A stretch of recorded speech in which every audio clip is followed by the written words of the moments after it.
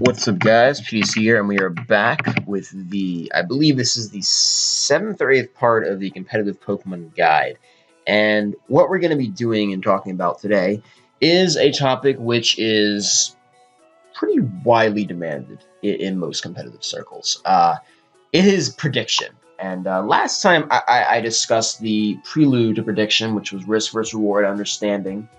What move, to make, or how to, calculate your risk for a certain move, when to go for something, which is the essence, the most basic element of prediction. In this video, I will be showing that explicitly and showing you, what actual prediction is, more elements that are a part of prediction, and overall just how to really just get better at predicting in general. I know that on YouTube there are quite a few guides on prediction, so hopefully, this one I would probably say is one of the most modern and most comprehensive, because prediction really is, when you think about it, one of the most important aspects of in-game Pokemon. We've already covered most of the pre-gaming elements, such as team building, win condition, team preview, stuff like that. But now it's time that we actually cover elements that will affect how you play in the game. So finally, I'm going to be actually teaching you how to really play Pokemon, as in clicking the actual buttons. So the first thing I'm going to do is I'm going to establish a few more things about prediction. Prediction in general is, at its core, is guessing what your opponent is going to do through information given to you, through an educated guess is what a prediction is. I predict that my opponent will switch here because he cannot let this Pokemon die, because it is far too important to his game plan. The first thing you really have to know about prediction is, well, what information does your opponent have? What information do you have in your opponent? In modern gens with team preview, this is not as big an issue, because instantly the ability to decipher your opponent's team, it's given to you. You don't have to guess. There's no, well, maybe he has this in the back, or maybe he has this in the back, or, I don't know, I have to guess the other 3 members of his team. That's eliminated. There's no team guessing in 5, 6, and 7. What you have to do is, now that you know the whole team, the first thing you have to do is, now that you know all the sets, or you're making educated guesses on what the sets might be, once that's done, what you can do, or what you should be doing, is guessing how valuable those Pokemon are. And based off of how valuable something is, that's a piece of information, you can wager if he's willing to sacrifice it, let it stay in, how much damage he's willing to take, if he's willing to switch it in and take damage here, if this is his primary counter. These are things which you should be running, that should be running through your head when you are playing a game. Because you have to recognize, if someone is willing to keep a Pokemon. No one, some people are, but most people are not just going to be like, yeah, you know what, I'm going to throw this thing out. If it's a win condition, and it's something that does well against your team, or it's something that the person needs to beat something else in your team, the chances of that person sacrificing it are very low. And that opens you up to make a prediction. Your reward is high and your risk is low. Now, of course, after that, you have prediction pertaining to how you're actually playing.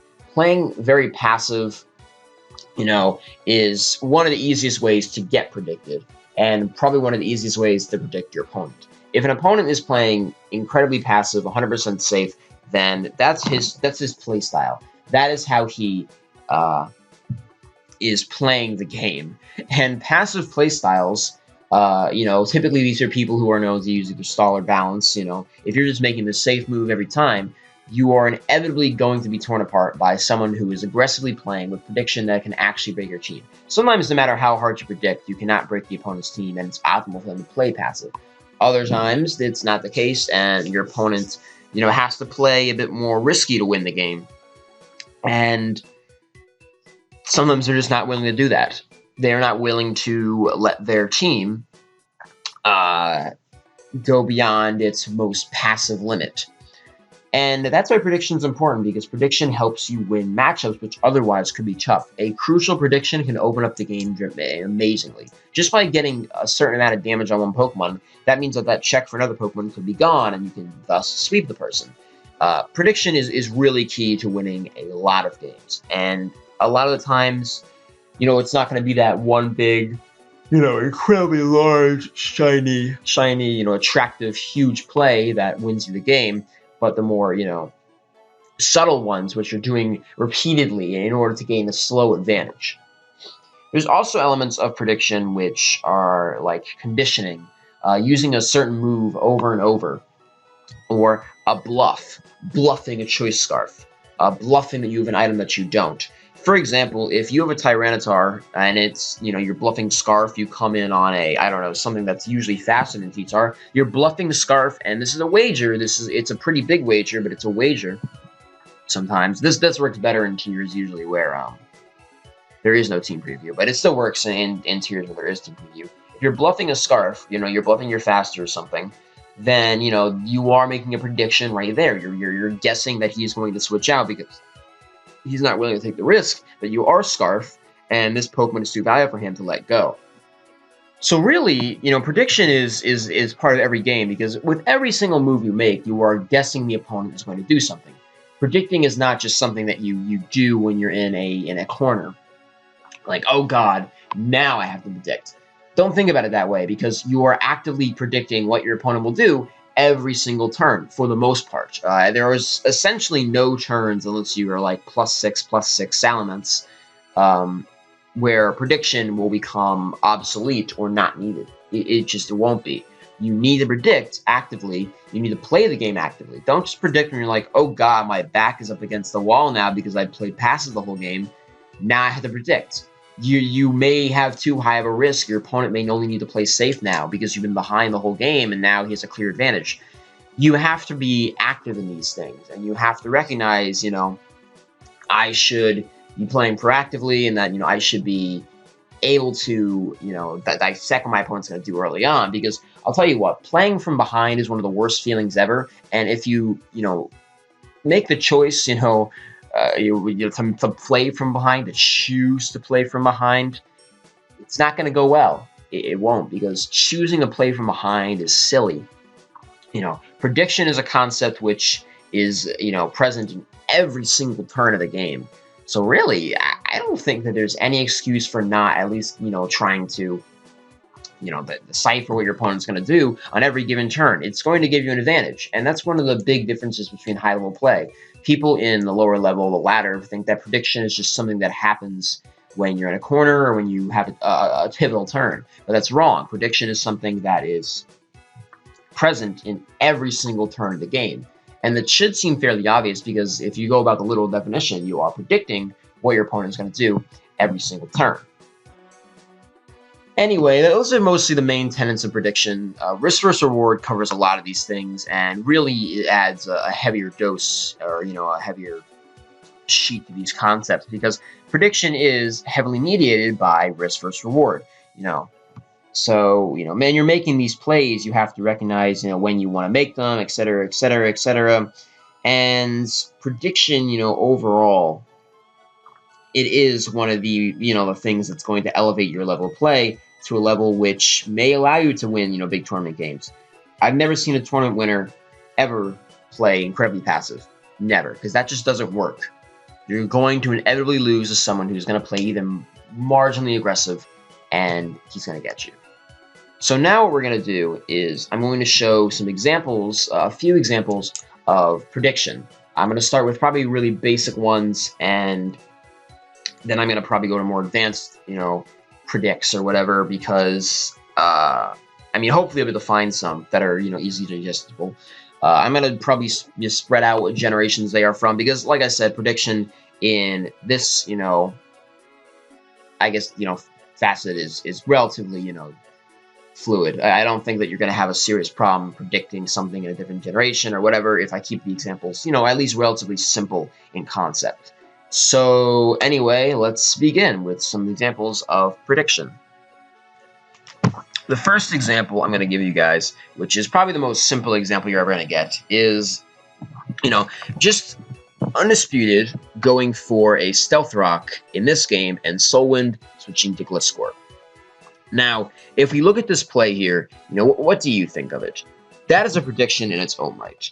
Solwyn predicted Undisputed to go for Rocks, not something like Knockoff or Ice Beam, and, to get hazards up, and Undisputed predicted probably that Solwyn would switch out and go to his Gliscor, or, probably only his Gliscor here. I don't think Reuniclus would have been the right play. So, Undisputed just predicted that no matter what happens, it is more important to get Rocks up.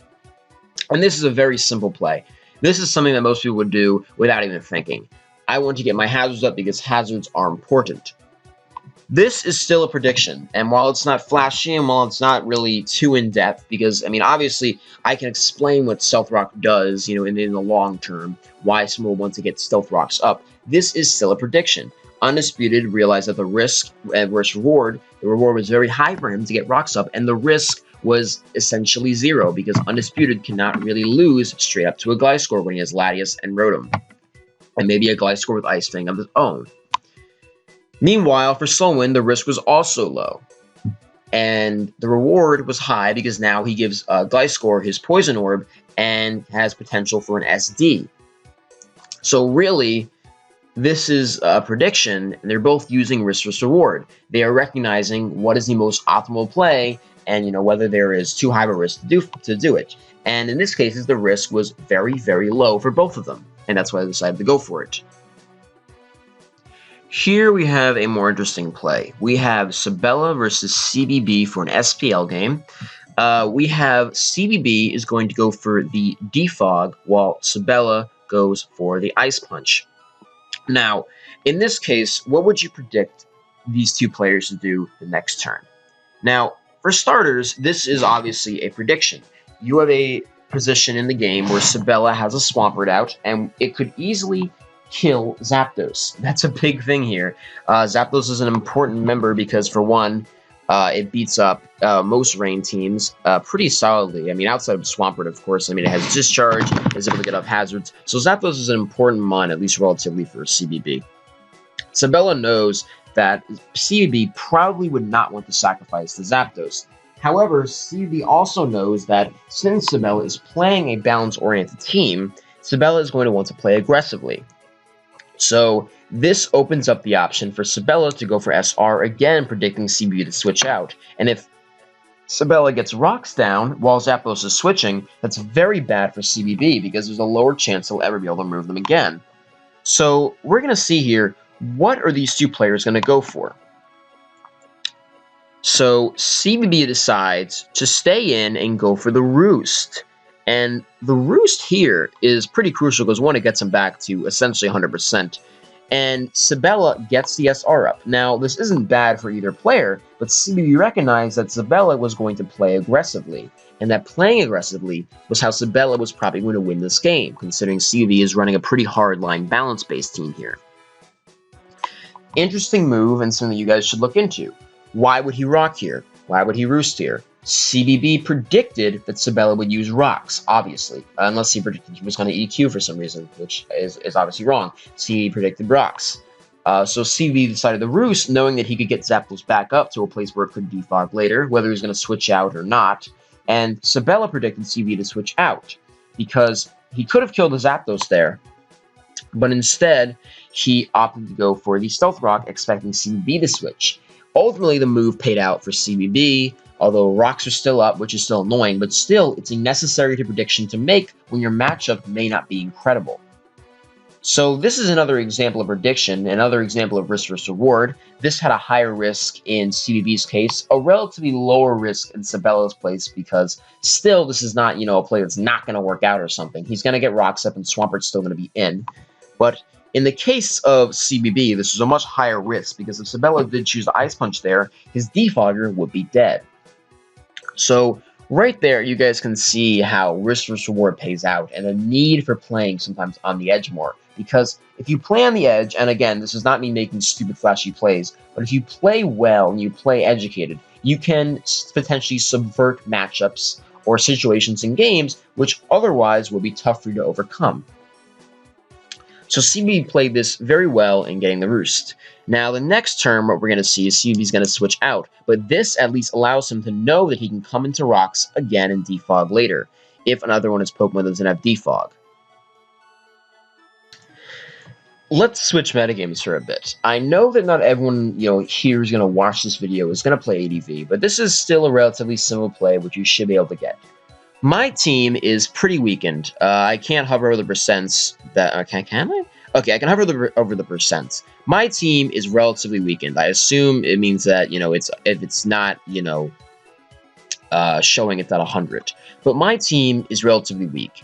And I don't have a rock resist anymore outside of Magneton, which is not a very good rock resist because you're taking like 40% from a CB rock slide. And my opponent, Pack, has a CB Aerodactyl. Now, looking at this team, all he really needs is one flinch to get a KO on any member of my team. And that is really, really bad for me. I can technically switch in Celebi to Aerodactyl, but if he flinches even once, I lose that Celebi. So Pack is in an advantageous position here. Luckily, I have Rest Talk Magneton, and I decide to go for the rest while the Swampert comes in.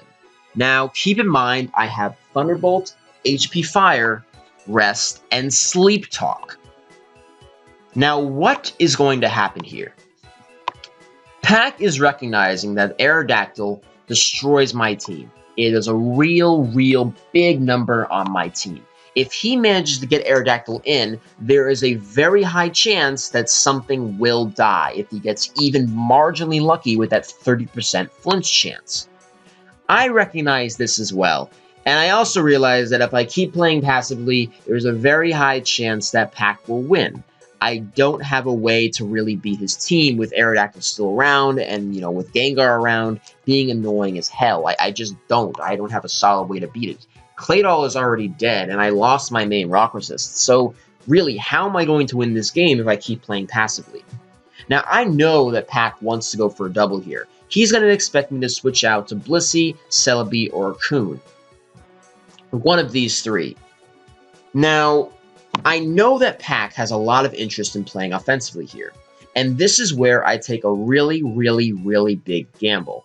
I know that Pack is aware that I am going to make an offensive play. I know he knows that. So, I know that Swampert here, I can switch into Swampert at a low risk, but Aerodactyl when it comes in is very high. However, I also know that Magneton is my last rock resist, and losing this to an Earthquake is going to be very bad for me. So what am I to do?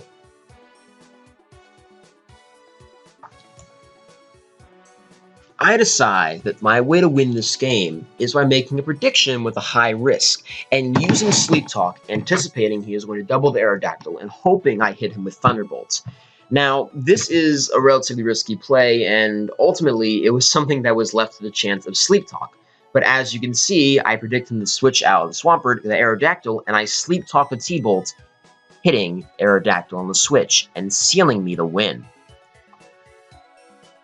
Now, this was a very risky play. If he decided to stay in with Pert and EQ there, I lost. If I didn't Sleep Talk the T-Bolt, I lost, probably. Or I'd have to really go through, another big sequence of plays to try and win. Luckily, I got it. But the point was not what actually happened. The point was the thought process leading up to it. I realized the reward for it and the risk were both very high, but I also realized that if I were to play this game, passively and switch out of, of Swampert and let Pack get his offensive momentum up, I would probably lose this game. My chances of winning would just not be very high. It'd be very hard for me to win this game if I just give Pack the reins and say, well, you can do whatever you want and win the game however you want, because obviously I cannot win this game, if I don't play offensively. And that's one of the big points here. In prediction, you have to use it. It's something that you cannot avoid. And sometimes it can turn a situation where, I'm like, oh god, I'm going to lose, into a situation where you can potentially win. This last example we'll make is from a Gen 6 OU game, which you guys probably recognize. Now, from this game, Blunder has a Metagross with EQ, Zen Headbutt, and he also has a Magnet Zone in the back, and Meteor Mash and SR. Or does it have SR? I don't know, but let's just, it's a Metagross. It is a Metagross on a Clefable. Now, Solon has a Skarmory right there, but he knows there is a good chance that Blunder may want to double out to Magnezone. And Blunder recognizes this as well. So what does Blunder do here in order to achieve, for one, if he goes for Meteor Mash, he's probably keeping Clef. Clefable is probably a very important win condition considering he has Latios, Keld, a regular Clef. It's probably, pretty smart to keep Clefable here. If Soulwind decides to go to Skarmory here and Blunder decides to go to Magnezone, that could screw him over. Once Skarmory is dead, then you have a free reign of other Pokemon on all the Pokemon Blunder's team. Metagross, Garchomp, Latios to an extent, Clefable even. So what are these two players going to decide to do? Well, Blunder is aware that Soulwind is probably not going to just throw out his Skarmory. At least there's a good chance that he won't. Instead, Blunder goes for the Zen Headbutt, predicting Soulwind to not want to throw out his Skarmory here. He goes for the Zen Headbutt and does 64% to Gastrodon. Now, this was a prediction in its own right, and this sequence of plays is a prediction in its own right. Now, Blunder recognizes that Soulwind does not want to throw out the Gastrodon because of Keldeo, and decides to double out to Magnezone to catch the Skarmory. That was a really good play on Blunder's part. This was a series of two predictions, mostly favored, at least offensively, in Blunder's side of the court. Blunder realized that Soulwind did not want to throw out his Clefable, and he also realized that he was afraid to double the Magnezone, so he goes to Gastrodon. Knowing that he probably does not want to throw Gastrodon out, or that he might not go for the EQ there, or that he wants to go to Skarmory and think it's going to be safe, and then double out again to see if he can heal up Gastro later, decides to go to Skarm, and Blunder decides to go to Magnezone, trapping the Skarm in response. This was a very good series of prediction. It shows very high-level thought, and Blunder is gauging the importance of Soulwind's Pokemon and the importance that Soulwind places on them. And it's a very high payout for this sequence of plays. Skarmory goes down, and while he heals Gastrodon, Skarmory means no spikes, and he loses a physical wall, which otherwise would torment Metagross. So this was a very high-level sequence of plays here. Overall, this is the point I'm trying to make. In, this active game, I'm trying to explain these predictions and what they do. I'm trying to explain the risk versus reward of these plays. And for Blunder, the reward was very high. The risk was relatively, I'd say it was higher on the Gastro double switch when he went to Magnezone on it. But still, the risk was still relatively low. He can still go Magnezone on the Skarmory if he wants to. That is not a big problem. But the second play, there was a higher level of risk implemented. For Soulwind, the risk was high every turn because his team just was not capable of handling things like Metagross with Magnezone very well. So at every single turn, there was a chance for Soulwind to basically just lose a Pokemon because of the archetype of Blunder's team. So for these players, the risk and reward was drastically different. That was the point I was trying to make in this game, or in this video, or in all these games I showed. That prediction is... First of all, I hope you understand what prediction is and how you have to actively use it. But those are some examples of high-level predictions and the risk versus reward involved in each of those plays. Now, when I explain them to you, it seems like there's nothing to it. But there is a lot of thinking about, well, what is the outcome of this play if I get it wrong? Should I bother going for it? Should I bother going for it in the first place? There is a lot of that active thinking in every single one of these players, in every single one of these plays incorporated. And that's what I want you guys to think about. On the next video, I decided that I would make prediction a pretty long concept in this series, because I think it's very important. I'll be explaining other elements of prediction beyond just the basics, and I'll be explaining some more examples, which hopefully you guys can use to understand and better your own play.